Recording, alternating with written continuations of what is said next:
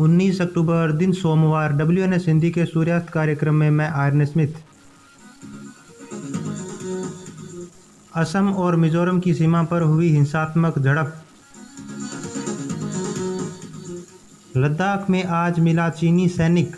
दोनों देशों के बीच तनातनी के मध्य ऐसा क्यों?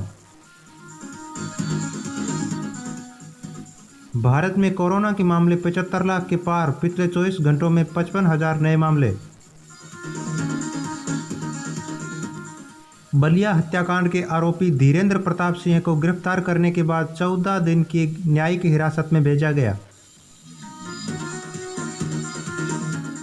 और कलकत्ता उच्च न्यायालय ने बंगाल में माता दुर्गा पूजा के पंडाल में दर्शनार्थियों को दिया नो एंट्री जोन। और होंगी खेल की खबरें भी, लेकिन समाचार विस्तार से।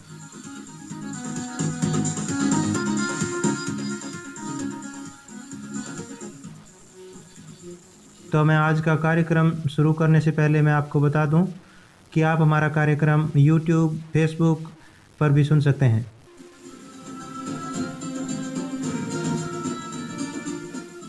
तो पहली खबर ले लेते हैं। असम और मिजोरम की सीमा पर हिंसात्मक झड़प होने के कारण कई लोगों की घायल होने के साथ ही दोनों राज्यों के बीच तनाव बढ़ गया है।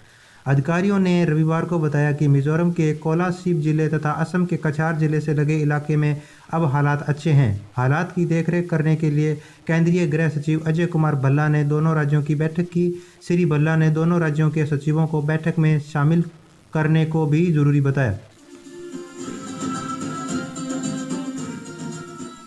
आप हमारा कार्यक्रम सोमवार से शुक्रवार तक सुन सकते हैं। अगली खबर है, भारतीय सैनिकों ने लद्दाख के चुमार डैमचोक इलाके में एक चीनी सैनिक पकड़ा है। सैनिक बता रहा है कि यह याक की तलाश में यहां आया था। उसने कहा है, मैं अनजाने में यहां आ गया हूं। भारतीय सैनिकों ने सैनिक की जांच पड़ताल शुरू कर दी। चीनी सैनिक के आई कार्ड जब्त करने के साथ कई दस्तावेज जब्त किए हैं। सैनिक की पहचान वांग के रूप में हुई है।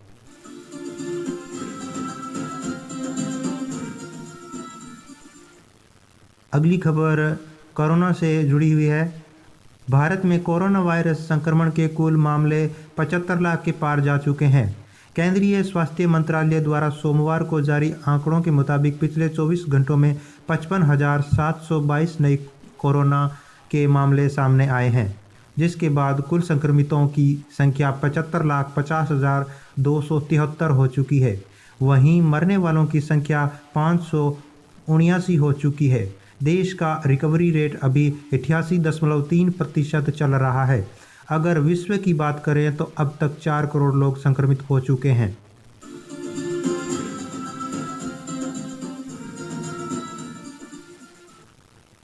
अगली खबर उत्तर प्रदेश के बलिया के हत्याकांड से जुड़ी हुई। बलिया जिले के दुर्जनपुर गांव में कथित तौर पर गोलीबारी के मुख्य अभियुक्त धीरेंद्र प्रताप सिंह को 14 दिन के लिए जेल भेज दिया गया। धीरेंद्र प्रताप को आज तड़के ही बलिया जिला अदालत में पेश किया गया, जहां उन्हें जुडिशल मजिस्ट्रेट ने 14 दिन की न्यायिक हिरासत में भेजने का निर्णय लिया। UPSTF धीरेंद्र को रविवार को लखनऊ से गिरफ्तार कर लिया गया था।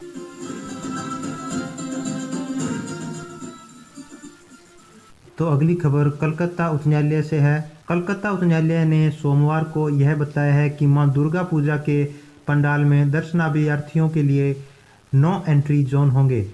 न्यायालय ने यह भी कहा है कि पंडाल में केवल आयोजकों को ही रहने की अनुमति होगी।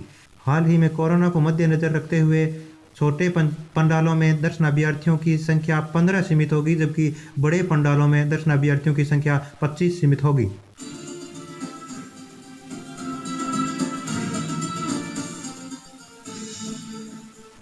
तो चलते चलते खेल की खबरों की बात कर लेते हैं। IPL के 13वें संस्करण में आज चेन्नई सुपर किंग्स तथा राजस्थान रॉयल्स के बीच मुकाबला होना है। देखना होगा कौन सी टीम अपना दमखम दिखाएगी।